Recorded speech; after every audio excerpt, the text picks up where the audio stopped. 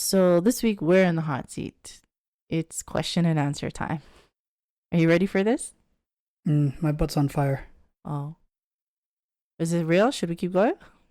It's very warm in this room. Oh. Yeah. All right, well. We're literally in the hot seat. Okay, get ready to heat up.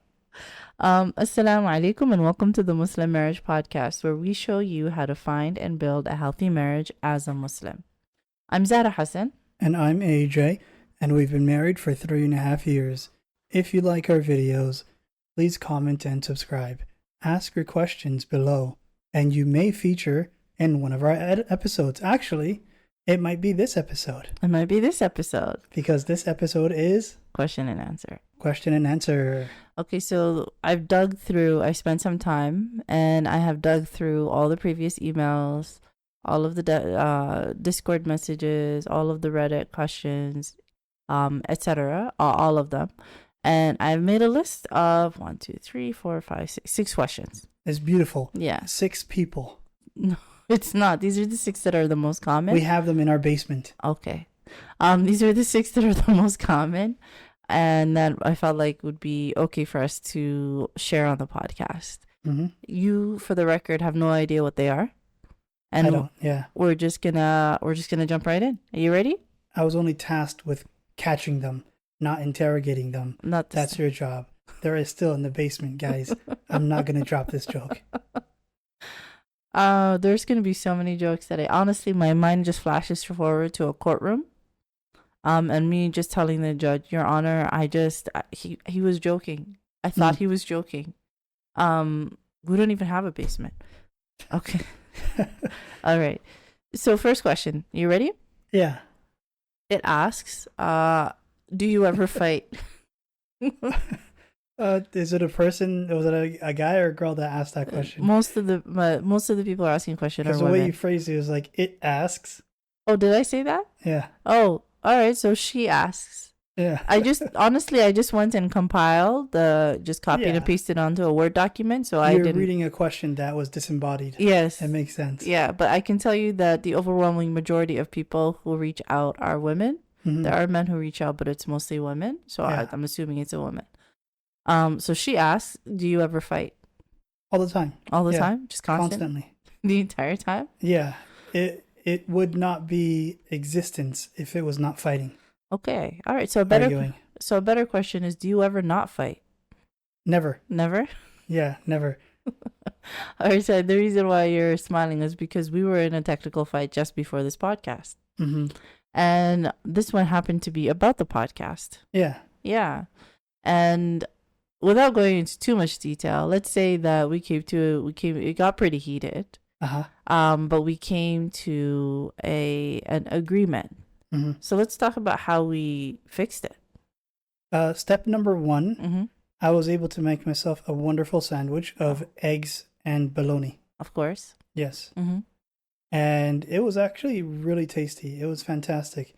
I used cheese. Mm-hmm. Yeah. Wait, did I forget to buy cheese? I forgot to buy the cheese. That was part of the healing factor. I'm so sorry.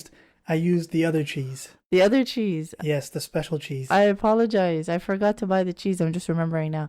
Okay, so you made the sandwich. Yeah. And then what happened? And then I went upstairs and I started eating the sandwich. Okay. While watching a YouTube video. And then what happened? Shout out to YouTube. And then you came upstairs. Uh-huh. And then you tried to engage with me. Uh-huh. And I was very disengaged. Yeah. Yeah. Yeah. So I think that's the part that's important for people, because it's part of the reason why we do this podcast the way that we do it is to show people a real life example of all of the dimensions of what marriage is like, right? Mm-hmm. All the good, all of the difficult, the challenging part, right? Even the challenging part I wouldn't call bad, it's just challenging. Yeah. But the way that we fixed it, or when I say fixed it, the way that we started to move towards resolution. Sometimes you approach me. This time, I'm not gonna lie, I was the one that was trifling. I was the one that got really angry, and we'll just say I crossed the border into trifling, and I felt pretty bad about that. So I came and I approached. We took like 20-30 minutes, right? It was a lot less than that. It felt like that. It was like, it took me 9 minutes or so to make the food, right? And it was about 3 minutes. Yeah. It was 3 minutes of me being upstairs, roughly, that you came upstairs. All right. It was very fast. It felt so long. I was actually surprised how fast you came upstairs. Oh, thank you. Yeah. So in any case, we took a little bit of time. If I had needed more time to calm down, I would have taken that time to calm down. But I took enough time to calm down that I thought that I needed, and enough time for you to at least eat half your food before I knew that we'd have to have this conversation. And then I came upstairs and I said, and then I asked you, are you mad? And you told me very angrily, I am not mad. Yeah. I said, I'm not mad. I'm just disengaged. I'm like, and in my mind, I was like, that's much worse. That sounds worse. So then I asked you, how long are you going to be disengaged? And then you said, okay, I'm not going to put a clock on it. But that was the way that we were able to start the conversation. Yeah. Right. And in this conversation, you told, because I was the one who was trifling. So I asked you, explain. Your side. So you explained to me what your thoughts were. Yeah. And then I listened. And then I validated. And then I explained to you what my thoughts were. And then you listened. And then that was each of us having the information of the other person's perspective, I think was very helpful. And immediately started to like bring us back to ourselves. Does that make sense? Because in this fight, the reason why I got so heated is because I know I was triggered. I know which of my core wounds were triggered, and I knew that they were. They took a big hit. They took a big hit today. But that's how we came to that resolution. Does that make sense? So to answer this person's question, yes, of course, we're human beings. We annoy each other. Yeah. And therefore we fight. Yeah. There are sometimes you trigger me and sometimes I trigger you, but each of us is getting better at understanding getting better at the introspection of it all. Yeah. Right? And being able to do the math on what it is that's going on internally. And so that we can come back, sit down together and figure out the equation externally together as a unit. Because at the end of the day, given everything that's happening around the world, when you're married to your spouse, the reality is that's who you're with. That's who has your back. That's your teammate. And that is the home base that you need to have established to be able to go and deal well with the rest of the world. So just having that feeling in the back of your mind and understanding that reality is also quite sobering and helps you to come back to the table through all of that rambling. Yeah. Hopefully it made sense. It was like you can't expect a husband and a wife to always agree with each other and never fight. That's just not feasible or natural, right? To quote the Democratic mayoral campaign runner Zuhran Mamdani. Yes. Who in turn was quoting some other random guy whose name I don't know. All right. He said, if you agree with me on 9 out of 10 issues, yes, we're pretty chillin'. If you agree with me on 10 out of 10 issues, yeah, you need a psychologist, my brother. That's what it is. That's what he said, something to those effects. Of course, I spiced it up because that's me. I'm spicy. A little bit. That's right. So it's that 1 out of 10 that'll sometimes trip you up. That's okay. That's normal. Yeah. Sometimes you'll find yourself tripping up over the same 1 out of 10 over and over and over again, having the same conversation repeatedly. That's okay. That's normal. What matters is that you get very good at being able to apologize, very good at being able to accept accountability, and most importantly, being very, very good at being able to articulate what it was that bothered you so that your spouse has the right information to be able to help you through that if necessary. Yeah. Right? So that all of this takes practice. It's fine. It's normal. It's a regular part of marriage. Yeah. I think that hopefully that answers what she was trying to get at. Some people think that 1 out of 10 Mm-hmm. is not a lot, Oh, but yet everyone's trying to get 10% body fat. right? Yeah. Adds up very quick. Yeah. So question number 2. She asked, okay, well, say she. She asks, why did you start this podcast? We wanted to, well, I wanted to help my wife with her projects. Yes, I Right. appreciate that. I still don't know what her motivations are You're just here? for the podcast. But she wants to do the podcast and I'm here to help her. I appreciate that. I appreciate that more than you know. But it's the motivation for the podcast is before I met you, right? And when I was trying to figure it all out, right? And because one thing that I understood is that I eventually wanted to be a wife and mom. Yeah. And I wanted to have that happy, healthy relationship, In Shaa Allah. And I realized that I had not yet seen an example of a healthy relationship, just like so many of us haven't. Mm-hmm. We just haven't seen it. And I was really worried that, okay, if I don't know what one looks like, how am I going to build one? Yeah. Right? So knowing that that's the way that I felt at that time, I know that that's the way that a lot of the young women out there are, and also young men out there are definitely feeling as well.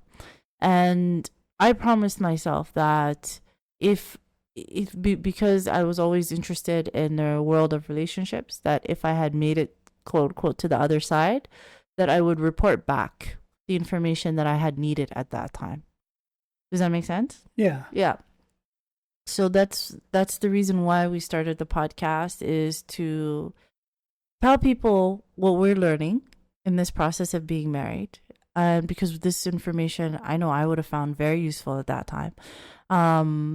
And try to show as accurate a picture as we can of what it's like and what to expect, and hopefully what it looks like when two people actually are happy together. Yeah. I mean, so absolutely. far today, on this day, So far, yeah. what two people look like when they're happy together, all the ups and the downs, right? So that was the goal, is to give an example of what a real one looks like, because all of the existing examples, both in social media, in traditional media, movies, everything, Muslim and non-Muslim, all of these are sanitized in one way or another. Fake. They're literally fake. And I'm not speaking for 100%, but I'm saying for a majority. Quite often they're very scripted. You and our podcast is not scripted, right? Yeah. There are certain points that we discuss. I want to make sure that we get across as a relationship coach that people have information. Yeah. But it's not scripted. I'm only focused on making jokes the whole time. Yeah. I'm not here for any educational content. I'm just here to make jokes. And that's what I want to do. If it were up to me, this entire podcast would just be Joke City. All right. Maybe we start a second one. A second podcast that's just jokes? We call it just Joke us City. riff-raffing? We just call it, should we call it the riff-raff? The riff-raff? I like it. That seems like, you know how there's, like, if you're ever in an establishment, yeah, and you're like, hey, boss, should I toss out the riff-raff? They're causing trouble again. And the riff-raff walks in and be like, hey, yeah, I gotta go get us a drink, a milk, please. Yeah. Yes.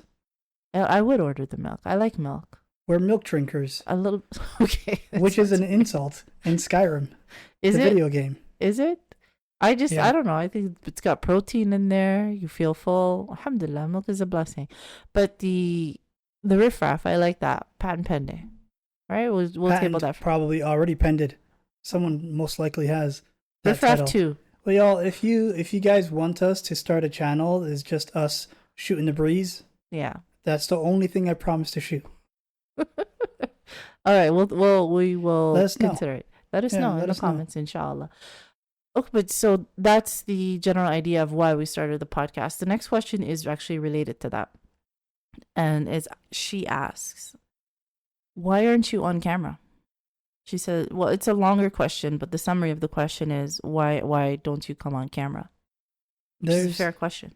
Yeah, there's this issue with being on camera that for me specifically, I gotta now focus on looking fleek. The You whole know? time. And that's a problem, Yeah. right? Because I don't want to put any extra effort into my appearance or my looks. Yeah. You know? Yeah. I like the concept of what you see is what you get. Absolutely. But there's also the idea that you, as a Muslim woman, Yeah. wouldn't want to put your face out there. I mean, you explain, why do you want to That's a really good question. not be on camera? Well, there are multiple answers to that. One of them, it's funny because I grew up in the 90s. And back in the 90s, there was this idea that anyone who said, hey, they're listening to you, they're listening to us, they're watching you, that person was immediately discredited as a Looney Tunes. Oh, yeah. Yeah, as somebody who's paranoid. Anyway, it turns out they were right. So Yeah. they are listening to us and they are watching us. Yeah. So a big part of it is for me just to, as a private citizen, as much as can be a private citizen, to maintain my privacy. Yeah. And I just really don't like the idea, just as a human, like as a me, like as a me person. I don't know if anyone's ever said that, but as a me person, I just don't like the idea. So many people have said that. Okay. I just don't like the idea of just my picture being out there. That's why even before this podcast, Yeah. I was just very careful to make sure that my picture was not out there available on the internet. Alhamdulillah. And I'm just really grateful that that has been maintained. So when it came to creating the podcast, the reality is that if you want your message to reach more people, it will reach more people if you are on camera. So this is something that you and I went back and forth with for a long time. And again, going back to this idea of authenticity, of us just being who we are and not adding anything extra. Yeah. I think that would be a lot easier to maintain by sticking to those values that are important to us. Yeah. So that's a big part of why we're not on camera, because number one, they're watching, and because number two, Allah subhanahu wa ta'ala is watching. Yeah. Those were the... There's that's just my understanding. This new thing that was released recently, where your internet provider will try to sell you this new package called Wi-Fi motion detection. Interesting. All right. It's exactly how it sounds. It sounds terrifying. The internet company would use your Wi-Fi modem to detect motion in your house. And the way it does that is, like, basically the Wi-Fi waves, it can read it, right? And it can make outlines of the person's body. And so like radar. Remember this. Yeah. There's the one thing that y'all need to understand is that any technology that's being sold to consumers have been used by secret organizations for years beforehand. Of course. Right? There are some protocols that were strictly military use, and then they made it available to the public. Wi-Fi, I think, was strictly military. Oh. And then it became available to the public. Yeah. Yeah. All right. So on that terrifying note, so they can literally see. Okay, so they can literally see us. That's no, fine. they can't see. They can't see us like a camera would. Oh. It's like a bat's sonar location. Oh, so like, less. have you ever seen the movie The Daredevil? Yeah. No, I haven't, but I understand. So for now. Yeah. It's sonar like, but later. It's sort of like that. I don't think Wi-Fi will ever get camera quality.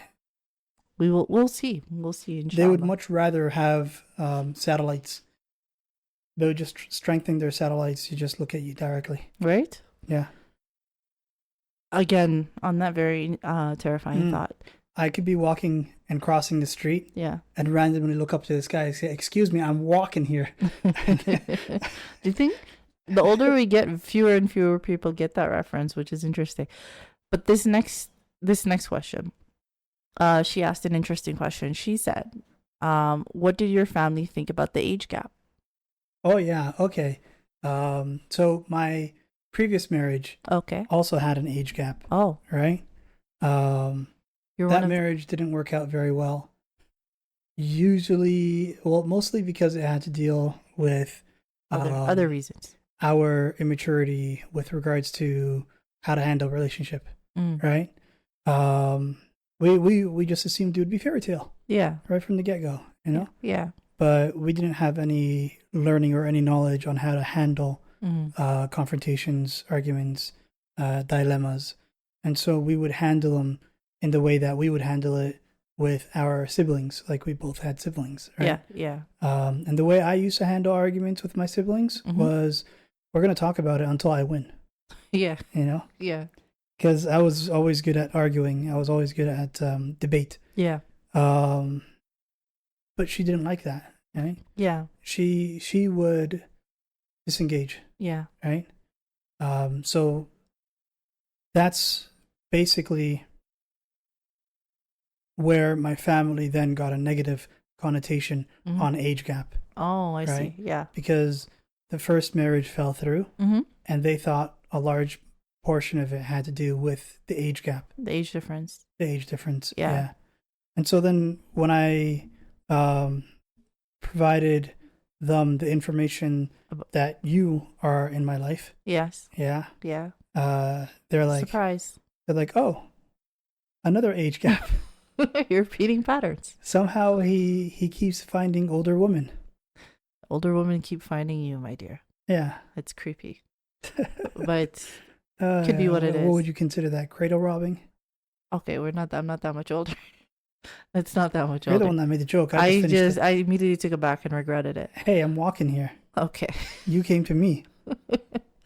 I did not. For the record, I did not. You came to me. I'm talking about in this interaction. In this interaction? Yeah, in this interaction. I know how petty it sounds. Yeah. But that is something that is very important to me, and I'm sure important to many here. people. Yeah.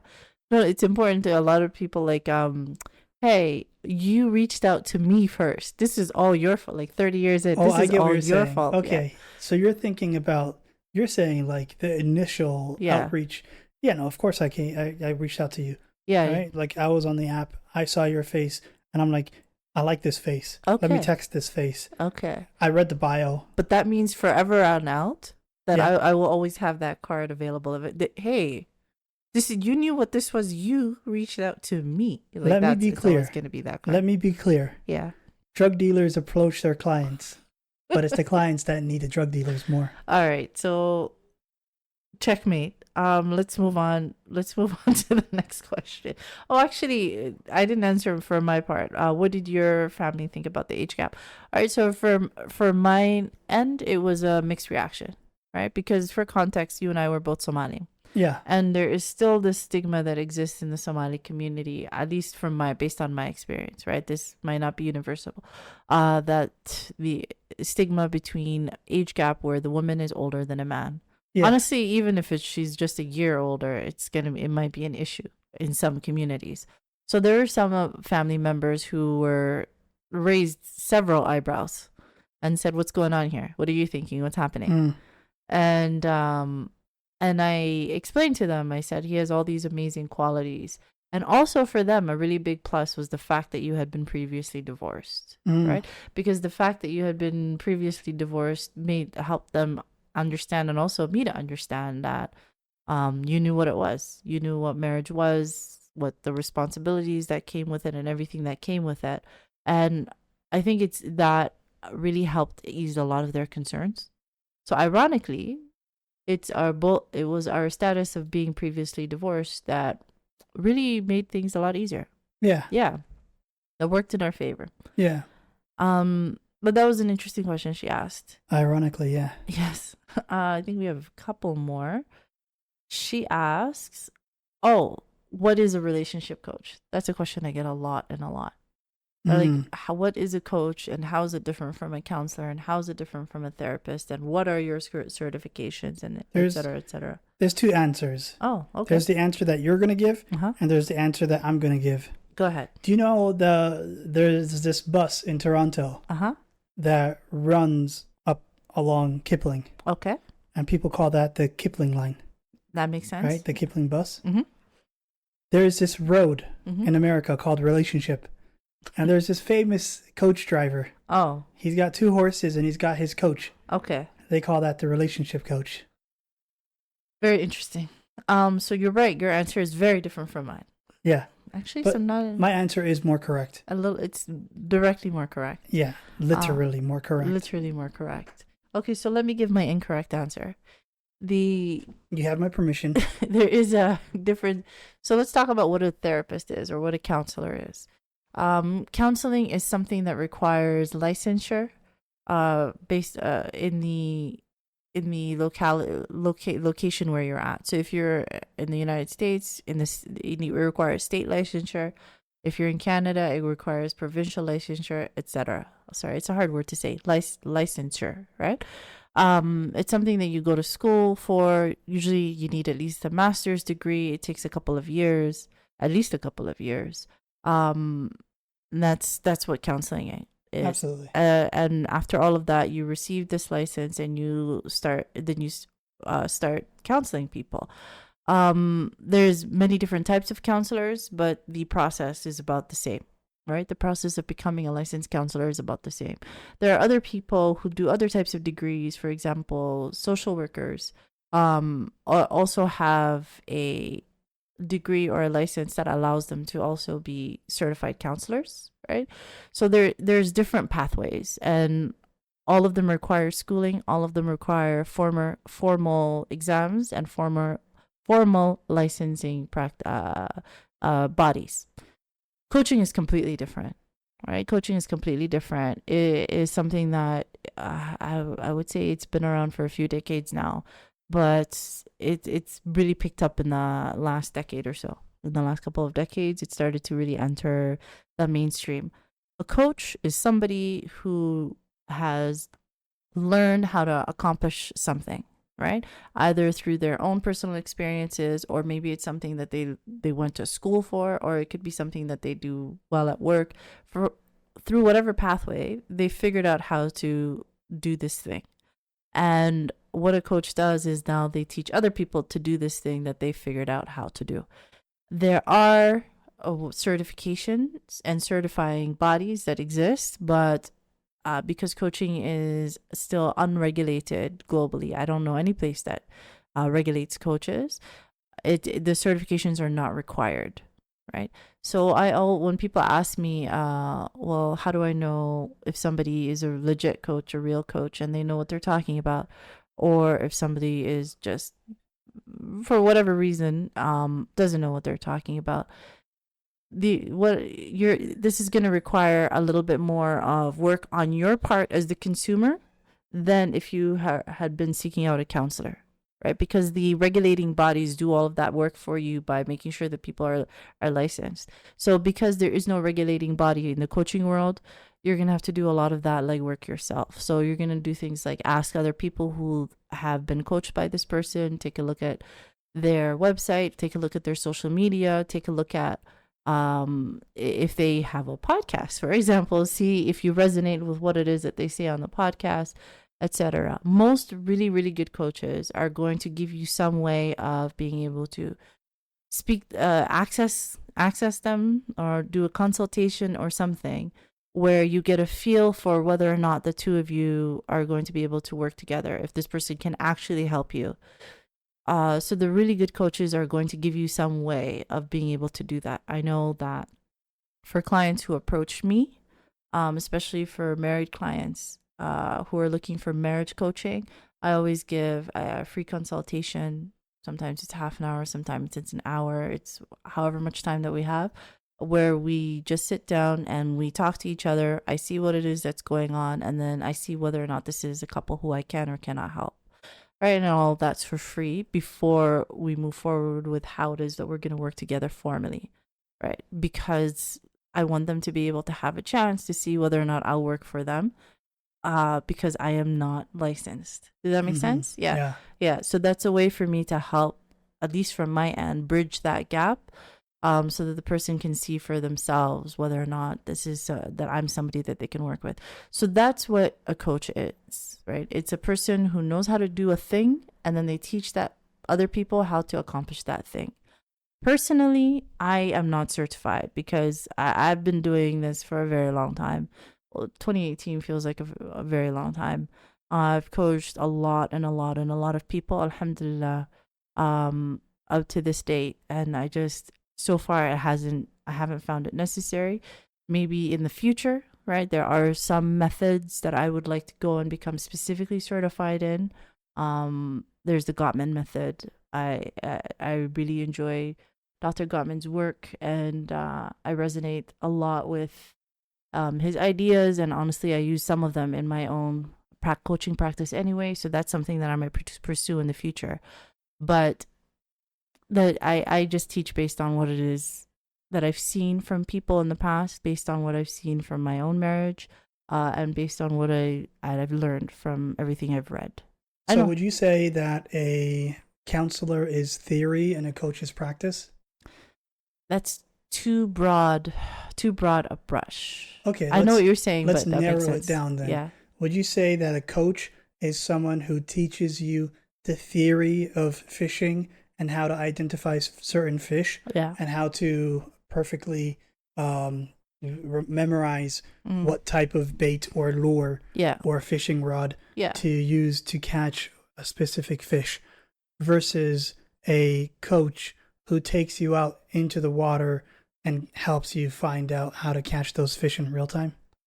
I think a better analogy would be a counselor would be somebody who has sat down and learned about the general theory of fishing in multiple different types of water, and has fished, because you do have to do a certain number of counseling hours in order for most people, for most licensing bodies to get. So there is a practical element to their training. Yeah. So they have fished in multiple different types of water. How to catch specific fish in one specific body of water. I use a very specific fishing rod in a specific, because that's what I know how to do. Specifically trying to catch this one fish. Yeah. Yeah.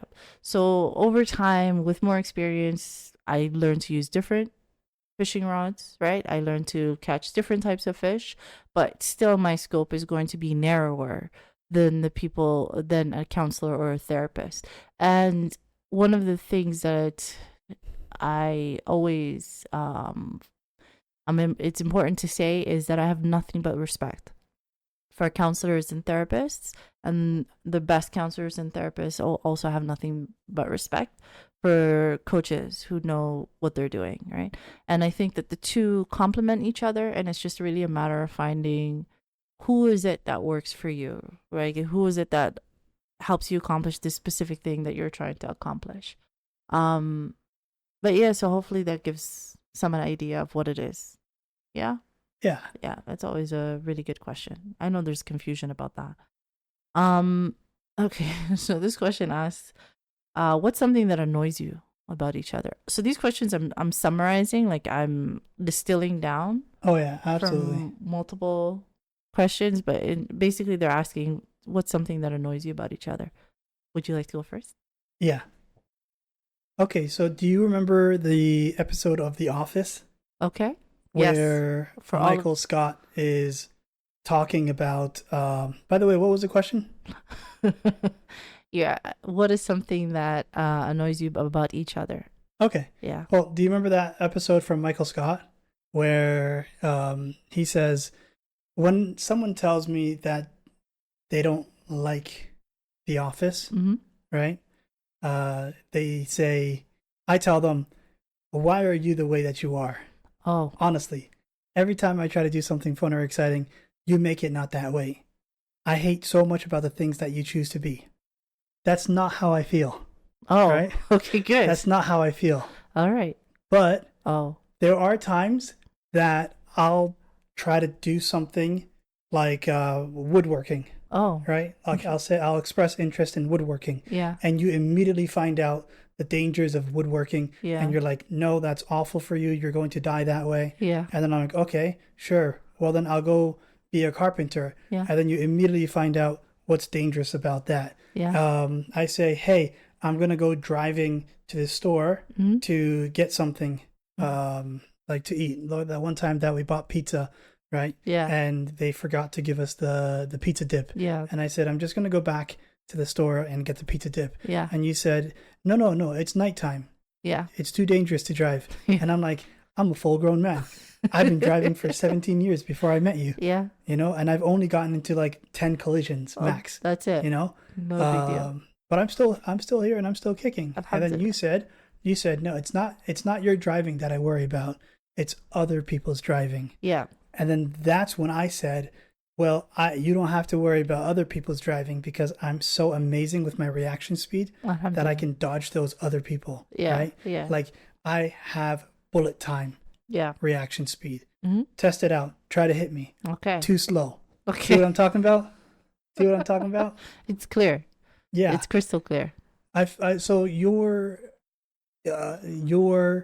expense into safety. Yeah. Right. Sometimes is annoying. Sometimes I thought, okay. I'll take sometimes. I thought it was a lot more often than that. Sometimes I feel coddled. Oh, I'm so sorry. Once again, we're going back to the cradle robbing theory. Go. Oh, no. Yeah. See what I'm talking about? I don't like this. See what I'm talking about? I don't like this joke at all. See what I'm talking about? Uh-huh. Yeah.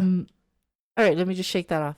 But Yeah. if we could, so it's like what I was talking about before. Each person has a set of core wounds that they've gained through living life, right? Yeah.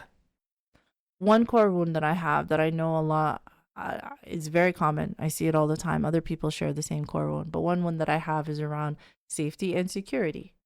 So when that becomes triggered, and it's triggered often, you'll see me say a lot of things that are sometimes rational, often irrational.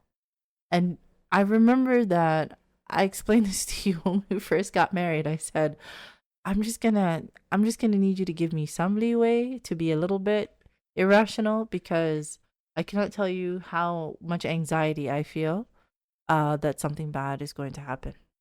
Right? It's just a constant fear all the time that something bad is going to happen. And it's just only trust in Allah subhanahu wa ta'ala that keeps me somewhat calm. But it's coming from that core wound. I'm working on it. I'm still working on it. It's gonna take time. You're gonna be annoyed for a little bit longer. Yeah. I appreciate your patience with it so far. But it's just I'm doing what I can. This is a good segue. I've been meaning to say I'm going to go into the field of wrestling. Just what kind of wrestling, though? The WWE professional wrestling. Is it okay? I want to punch men in the chest. Sue me. Are they gonna punch back? No. Then I'm okay. Yeah, they won't be able to punch back. What? Oh, they won't be able to. Yeah. It's alarming. They're going to try. Okay. You know? That's quite alarming. And that brings back to me. All right. So what are some things that annoy me about you? Well, Hi. It's me. It's you. I'm the problem. You're actually not. Honestly, I should have probably thought about this before coming on the podcast. I'm drawing a little bit of a blank. I already have something that annoys you about me. What is that? It's my lack of attention to cleanliness. Like No, my that's not table so is bad. cluttered. That's. Can I tell you something? When I lived on my own, Yeah. right, I would find reasons to reclutter the house. I'd be like, oh, it's cluttered. Now I have to clean it. I love cleaning, right? So I don't mind it. It's actually a lot less annoying than you think it is. It's mostly for the show of it all. But I'm trying to think of something. You got to figure something out already, lady. I would say that if there would be anything, it would be that sometimes you don't pick up on my signs, on my hints. Yeah. Yeah, sometimes you don't pick up on my hints about with respect to that for instance that I'm upset. Yeah. So most of the time you're good at picking that up, right? And then sometimes you're not. Sometimes you don't pick up on it, and that's more on me than it is on you. But I don't know. I feel like you should be able to read my mind at this point. It's been 3 years. Yes. Yeah. Yes. Yeah. I should be able to read your mind. And it's annoying. Except that that I'm a guy. No, and guys are just awful at picking up hints. Honestly, it's annoying that you. If I would be annoyed about anything, it's that you can't read my mind yet. That would be the thing that I would go with, and I'm not even being facetious. That makes sense. That's just the thing that I would go with right now. Okay, well, I mean, how do I figure out how to read your mind? That's for you to figure out. Brain surgery. Yeah, it sounds like a you problem. Brain surgery. Okay. We're getting closer with the Wi-Fi technology. And then finally, talk about something. What is something that you do like about each other? What's your favorite? Let's go with favorite. What's your favorite thing about each other? What's my favorite thing about you? Okay. Yeah. Is that you're always on time. Is that a joke? Because I never am. No, you see, that's the thing is that when we were in the talking stage, you were never on time. Mm-hmm. But ever since we got married, yeah, and now you just live with me, yeah, you're always on time because I can just chill yeah, on the computer yeah, until you're ready, and now suddenly you're waiting for me. Yeah. You know, All I'm right. no longer the one waiting for you. So the punctuality by default. Yes. Interesting. Yes. Punctuality by default. I like the fact that you're very gentle. Right? Oh, thank you. Both emotionally and aspirationally. Yeah. Right. Yeah. Like I have places in which I need to improve upon myself. Yeah. And you don't nag me. Wow. Right. As often as portrayed on TV. Okay. All right. So you're saying I should step up my game? No. No. Remember, this section is what do I like about you? So let's keep it that way. Yes. Okay. All right. So I heard that I should step up my game, but these are friendly fades. You should keep it that way. Okay, that's fair. I like that. That was a Kendrick reference. That's why I didn't get it. But it was from the season where he was dissing Drake before everything popped off. Yeah. And he started calling him all these accusations. Yeah. The one thing he said before that was he said, remember, these are just friendly fades. You should keep it that way. All right. And then the immediate response from Drake was he started talking about Kendrick's family and dissing his family. And then he got his family involved into their drama. Yeah. And then suddenly Kendrick is like, okay, if that's how it's going to be. And now all of a sudden he's on the Super Bowl calling Drake the word. Of course. You know? That's interesting. I found a thing that annoys me. He said, trying to play these chords and it's probably A minor. There you go. And that's where he went. There you go. And he smiled right into camera because Drake was trying to sue him. We're gonna. And like, it makes no sense because like, they're both working for the big dog. Of course. What are they fighting each other for? Right? You know? It's weird. They should work together and be chill and be friends. But no, all of a sudden they have to make this beef so that they get more money and become more famous. Yeah. And break into the Super Bowl. Like, it's all so predictable. So anyways, what was it that you like about me? No, I want to skip back to something that I found annoying. What was that? I found something. What was it? Go ahead. It's when I don't get a reference, is that you sit down and you want to educate me on the entire history of that Deep reference. The full what's so deeper than a deep dive? Like the cave deep. What's it called? Cave diving? Cave diving? Deep cave diving. Deep cave diving. Yeah, that level of deep, right? And I appreciate you. I appreciate it. But usually if I don't get the reference for something, it's because it's something that I specifically was avoiding in the world. And you're like, no, let me bring you into the fold. That's what you think. Yes. But remember where I had to teach you the word the? Yeah. You've just been avoiding using it your entire life. It made no sense. It did just fine. I've been doing just fine. Yeah. So what you used to be like, I'm ready. Let's go to car. Yeah. And I'm like, hello? Yeah. Where's the?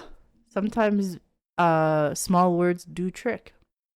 Yeah, Kevin said I watch way too much of The Office. Well, I use many words when small words do trick. There you go. And so let me come to my favorite thing. My favorite thing about you is I love your sense of humor. Yeah. And my broad sense of security. Of course. That is a really big part of it. But I like your sense of humor. Emphasis on broad-shouldered sense of security. Tabarakallah. Alhamdulillah. But it's I like your sense of humor, especially because it matches mine, and I think that you're actually funnier than I am. It's Not weird. many people are funnier than I am to me, but you're funnier than I am, and It's weird keeps me because entertained. I don't think of myself as funny. I mean, of course, when I was in school, I found myself funny because people would just naturally laugh at the things that I say just effortlessly. Yeah. Like I could effortlessly make people laugh, Yeah. right? Because I was funny, apparently, allegedly. Allegedly. I'm not going to testify to this in court, Yeah. but allegedly people found me funny. Yeah. But then as you get older and you don't talk with your friends, this is a male thing.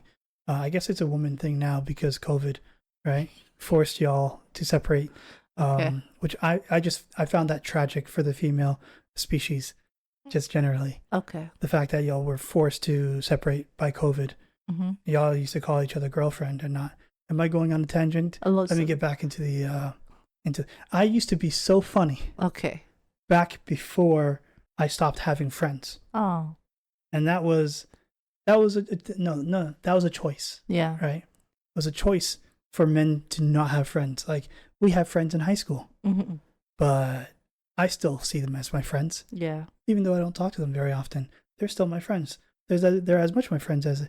However, I have lost the human touch. Of course. Right? Yeah. I have lost how to read the room. Mm-hmm. I have lost how to be funny and how to be socially aware. You know, like when I have lost the concept of knowing when to stop talking. Can we stop? Do you need my help? I need to get back to my inner self of finding out how to be very captivating to an audience and keep them laughing, keep them engaged, you know? Essentially, like, if I need to learn how to be very concise.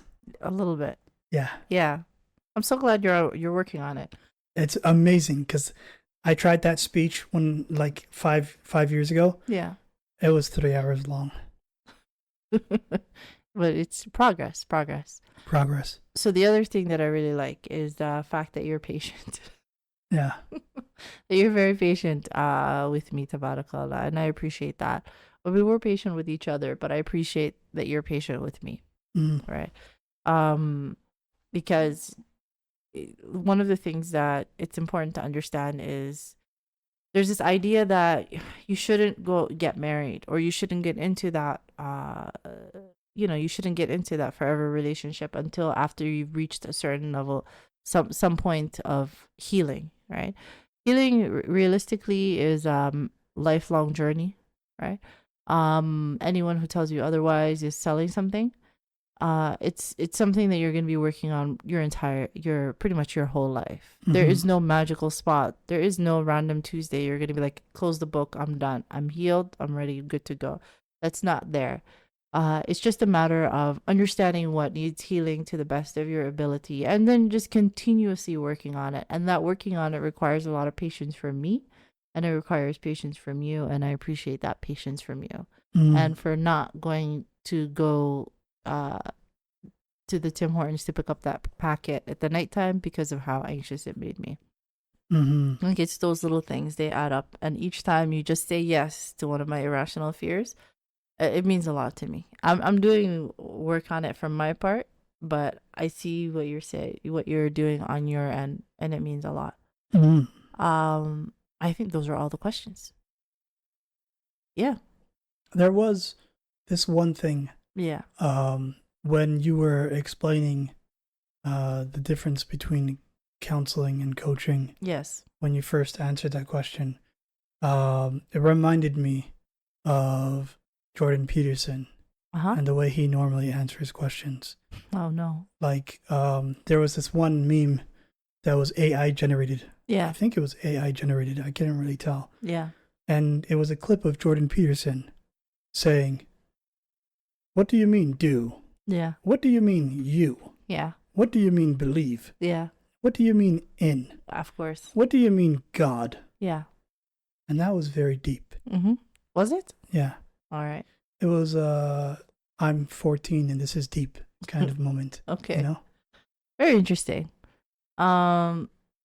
Well, hopefully, In Shaa Allah, that answered some of the questions that I know come up the most. If you have other questions, feel free to write them in the comments, reach out to me, and we will answer it in the next Q&A. I think we'll do that when we reach 100 episodes, In Shaa Allah. This one was because we had reached 50 episodes, and we have an announcement, right? It's an announcement related to the business more than anything else. Um, After all this time, we've been working really, really hard. Alhamdulillah, there is a website for the business. It's called at www.zahrahasancoaching.com. I will post a link in the description to the website in general. Very excited about it. Agonized over every single placement of every single text, of every single underline, everything. I just, when a perfectionist makes a website, it's a very stressful process for everyone. Yeah. Right? So I'm very excited about it. We're very proud of it. I will post a link in the description. We will have announcements next episode with respect to a specific program that I've been working on for the Muslim women, In Shaa Allah. I'm so excited to share that with you. And finally, for our Spotify listeners, we have some not so great news. If you might have come across this information that the owner of Spotify has decided to invest his money that he took from Spotify into military ventures that are specifically used to attack innocent people around the world. And for that reason, a lot of people have started to remove themselves from the platform, both as consumers and as creators. So we will be removing the Muslim Marriage Podcast from Spotify by the next episode. So I just wanted to give the Spotify listeners for this podcast a chance to understand why we've just disappeared off the face of the earth. We will be removing the podcast before the next episode, which will be released on the Monday, In Shaa Allah. Come find us. We're on YouTube, so our channel is on YouTube. I will post a link in the description for the people on Spotify where they can find us in other places, and we'll see you there. We appreciate all the time that you've spent with us so far in this project of the Muslim Marriage Podcast. Hopefully we've been able to help you guys so far. Inshallah, we work really hard on it week to week. I know you work very hard on the editing, and we appreciate everything you do. I specifically have to thank Akim Bawali. Yes. Sometimes he's a major driving factor. Most of the time. None of this would have been possible with this specific brother. Yeah. Yes. Yeah. Is it a specific brother or just Akim everyone? Bawali, wherever you are. Yes. Shout out to you. Yes. Now, let's be clear. Okay. Right? I don't think Akim Bawali is an actual person. Well, he's a person. He's just an archetype for our listeners. Oh, is that? Which, ironically enough, yes, our target audience is women. Okay. But we're going to call them Akim Bawali. Our target audience are anyone who would find this information useful. Oh. Muslim and non-Muslim. This is specifically a Muslim marriage podcast. I've been thinking about making a podcast with a target audience of men. Oh, okay. Yeah. All right. So not me on it. No, you can be on it if you want. I mean, like it's a boys' club. I'm essentially, good. You know, but like if you really want to join, I guess. I'm fully good. No, we've got it good going on here. We've got it good over here. We're good. Y'all got the girls' club over there. We're good. We're solid. So, but yeah. So this is our podcast isn't intended for anyone who would find the information useful. So if you've been following us for the last year, we truly appreciate you choosing to spend all of those hours with us. We apologize deeply from the bottom of our hearts for all of the terrible puns. I'm not sorry. And the tangents and all of the things that you now know about us. What is it? What they say in Arabic? Malish, right? Our apologies. But again, we appreciate you. If you haven't subscribed to the podcast already, please subscribe. It really means a lot to us. I will post the links below for the website. Hopefully you make it your way over there. Let me know what you think. Let me know what you think about the color choices and all of the little details. I appreciate any and all feedback. and have a wonderful weekend. And we'll see you guys. Here's the funny thing. Okay, go ahead. Here's the funny thing. Yeah. My wife may apologize for my tangents, but remember, she co-signs me. Every time. Every single time. The mathematicians will get that joke. Oh, is that what that is? Tangent to cosine? Once again, we apologize deeply. Inshallah. This covers that as well. So again, Jazaa K'Allah Khayr. We hope you had a great week. You have a wonderful weekend. We'll see you back on Monday, inshallah. And assalamu alaikum. Wa alaikum salam.